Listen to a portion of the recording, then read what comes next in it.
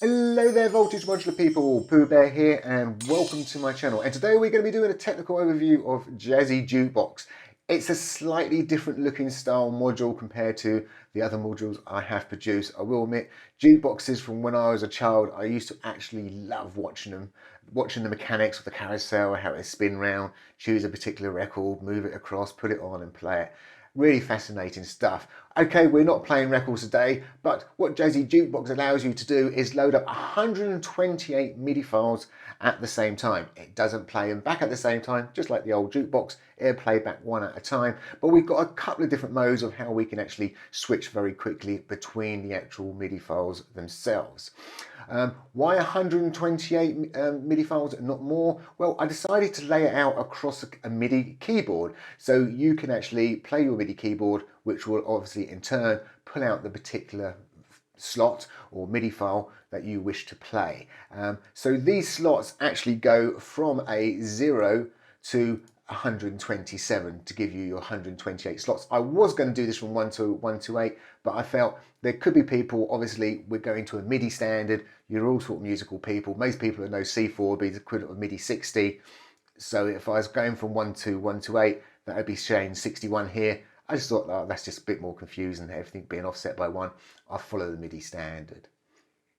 So what we've got in our Jazzy Jukebox, we've got this transport bar, we have a restart, and that restart is obviously going to restart right back to the very beginning. So if I was on the 127 slot 127 playing that and I hit restart, it go back to slot 0 and start playing. We have a run, which will obviously start playing slot 127. If I was halfway through 127 and I hit to fire for another trigger, it would restart that. We have a stop for stopping it, and we can move backwards and forwards between the slots using these particular keys here. We also have trigger in for all of these, so these will take a trigger in information to obviously run them buttons. Over here we've got a special CV in, and at the moment it's on edit mode, which means this particular port is really being ignored. In this full KB mode, this is the keyboard mode, so now I can actually go and start playing my keyboard and it will actually start changing the slots appropriately. And if you notice, when I selected the keyboard mode, it obviously grayed or disabled these controls, because, well, there's no point the keyboard coming in saying, hey, I want you to play one slot 127, and you come along and say, no, I want you to go down. You've now got conflicting information. So this actually has the override, and that is really what the edit mode's for. When you click on edit, it enables this section here, and then obviously we can go back. We also have another little range, which is a 1 volt divided by 128. This is like sort of a reason thing, and I've actually obviously written modules which have that kind of output, so they actually marry up quite nicely together. We have an open for actually opening up a MIDI file. So if I was to click on open, and we'll do this all a bit later, I'll do demonstrations, I can actually then load up a new MIDI file into slot 127, because that's what's currently displayed. I can also open up a folder and effectively load up a whole folder. I will go over that because there is a number of special circumstances of how this folder option actually works. We have this other little button here called Instant Start, because there's some MIDI files out there that when people produce them, they produce them with measures in at the beginning. So because we're looking to recall them back, probably maybe using the keyboard, and we want to jump from one to the other, and again I'll demonstrate later, this instant start removes that blankness. But there will be some files out there, and I've got some files out there, where they've definitely got a rest at the beginning, which I wouldn't want to be removed. It might be that you've loaded up an equivalent of a, say, a drum pattern, and the drum pattern may not start immediately. Well, the last thing you want to do is do an instant start, because if not, it's going to drag that drum pattern back and it will start immediately. You might say, no, that's where the first beat should be, is here within that pattern. So that's what that instant start there is. Delete would just delete the current slot. So if you load up a MIDI file, hit delete, it would actually clear that out. Midi Reset, as it says on the tin, is actually going to, it's a bit like a panic button. It's a little bit different from normal MIDI resets. There's a thing in MIDI called all notes off. And it's just a simple, we can send out a simple command out to devices, and it's down to the device to actually act on that command. But it's amazing at how many devices don't actually do anything when they do receive an all notes off. Stuff I've been playing around with in Voltage Modular seems to play quite nicely, but I was also going externally, and I found stuff externally wasn't playing nicely. So when we hit a MIDI reset here, we're actually going to do a note off for all notes and all channels, so it actually sends out them signals. We do actually have a little bit of context help, so when we're actually scrolling over here, there is a little bit of context help at the very, very top, which comes up. So we've got 4 buttons here, one called One Shot. So it's actually going to play just that MIDI file we've got selected to the end, and that would be it. We can repeat mode, which will play that MIDI file and keep playing that MIDI file and repeat. We have a play all till end. So once it's played, if this was at, say, 0, it obviously plays 0, and then it go on to 1, 2, 3, 4, and it'll basically play every single MIDI file until it gets to 127, and once it's completed 127, it will stop. And then finally, we've got what's equivalent what we've just got, except for it's in the repeat forever. So once it's finished playing 127, it will actually go back to slot 0 and repeat that. So it just keep going around in a big circle. So there's a number of different ways that you can also repeat these in. We've got a few other little counters at the top here. These first top 2, I will admit, were more for diagnostics when I was loading up MIDI files, because I came across quite a lot of funny and interesting information inside MIDI files. And actually I'll talk about one now because it's actually related to the top one, but you shouldn't have to worry too much about this. But if you see this counter creeping up, you may get hung notes, because that's what it's doing. It's checking for note off information. And what I found was I came across some MIDI files, and the way they turn notes off is by sending out a note on with 0 velocity. And after doing a little bit of research, it seems like a few people on the web recommend this, which is totally wrong. You want to turn a note off in MIDI, you send a note off message. You don't send a note on with a 0 velocity. So there could be, if we was wiring this up, we didn't have to wire out that velocity. We're going to get hung notes. And I saw this going all over the place. So what I've done inside Jazzy Jukebox is when we load up them files, if it comes across a note on 0 velocity, it automatically will convert it to a note off message. So just bear that in mind, just in case you thought something was going to happen special with your file, and I've actually converted it. But every file I came across which was using this note on 0 velocity has loaded successfully after my conversion. The second little counter down was just a simple little MIDI event counter.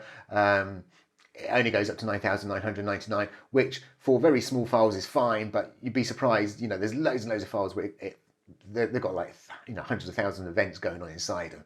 So it was just a little counter for me. This counter here is probably a lot more interesting.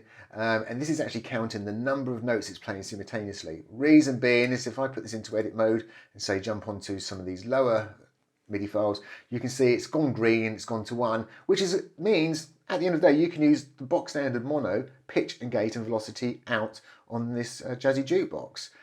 Failing that, you have to go obviously and just use the MIDI and then use the poly stuff. It could be that there's a file and maybe the notes are just about overlaying or something like that. Well, you could use the mono then, because obviously when it comes along, it will just sort of start changing the pitch.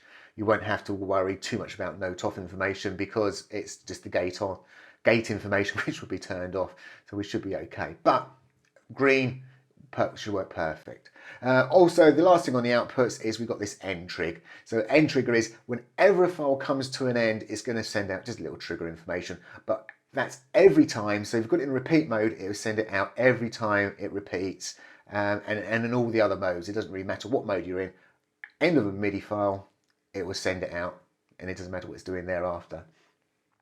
So there is the kind of technical overview. So let's actually have a look at one or two things a little bit more in detail.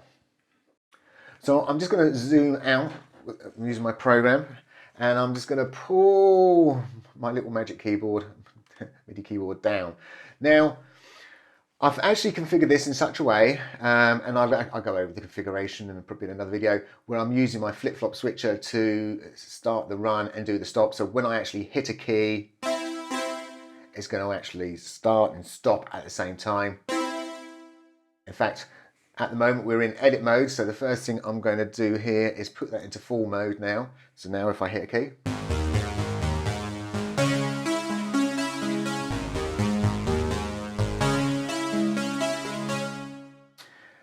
so you can see I was actually switching between two different MIDI files there quite easily, and obviously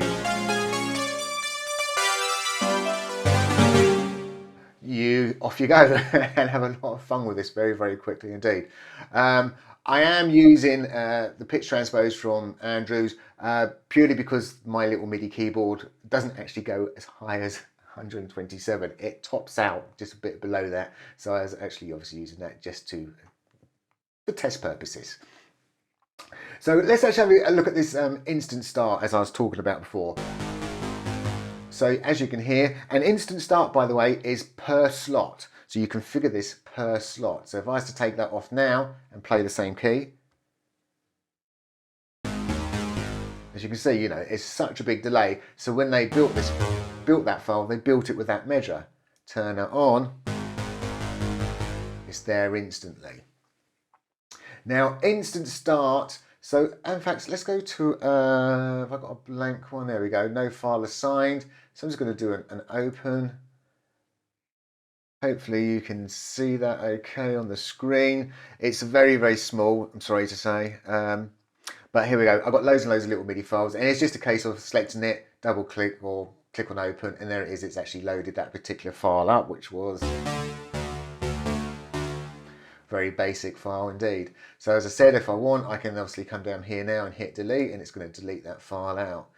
Now, if instant start is on when I click on my folders, every file I load up using the folder option will have instant start turned on. If I have instant start turned off, obviously when I load the file up, every single file it loads up will have instant start off. As I said, you can come along afterwards and you can turn it on for just 1 or 2 files if you wish. Now the folder option is a little bit special. So I'm just going to cancel out of this and just come back here a second. It depends on your starting slot number. So bear that in mind. So when we're going to load from a folder, it's going to start from your current slot number. So at the moment, if I was to go and say, I'm going to try and load every file in a particular folder starting at slot 122, it's actually only going to load up 5 files because it's only going to go from 122 to 127. Obviously, if I start from 0, then I can load up the full 128 files. The other thing about the folder, as we go into the folder, let's see if I can zoom in, use my zoom program. Here I go, so I can. Now, if I selected this file here, it will try and load all the files from there down. So if I select from here, it only load these files. I don't have to select the files, and unfortunately, you can't come in here and you can't multi-select files. So I can't hold the control down and select multiple files. So my semi-recommendation is if you're looking to build up quite a few, or you want to load up quite a few files, I would actually, use something like Explorer or whatever you find your favorite file manager is, and create yourself a directory and copy your files into there, and then you can use this to bulk load them into Jazzy Jukebox. I think that is be the easiest way of doing it. So let me just click on cancel there. And in fact, it'd be fair to say, if I was just to quickly click on there and I can whiz around to port 0, this is what I've done really with these files here. So I've got a particular folder. Again, I'll have to zoom in, won't I? So let me go and find my MIDI folder. It's that one there.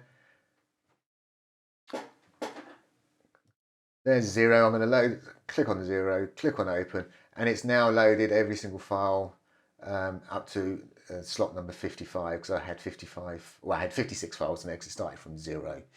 So it's actually loaded all them files up, and it's that simple. And in fact, they've all started with instant start on, which is a big problem for these particular MIDI files, which is no good. So I've got to go back, and I'm actually going to reload them all again, and I'm going to reload them with instant start off, because these particular files, I know I need the rest in them. It's quite important that I use the rest. So I can now just simply make sure that's clicked off, come in here, click on my 0. Sorry, it's hiding behind my keyboard. I just clicked on it, and I'm going to click on open, and I'll just load them all up again. Let me come out of this Zoom program. That's the problem with the Zoom program. It moves my screen all over the place. So it's now loaded them all up, and this time it's loaded them up with instant start off. No problem at all. And that is the basics, really.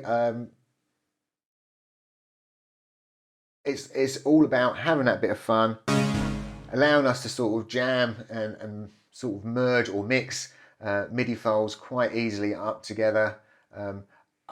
There's 2 other devices which I've got coming out, and actually I will talk about them very, very, very quickly now. Which one's called a Midi Note off checker.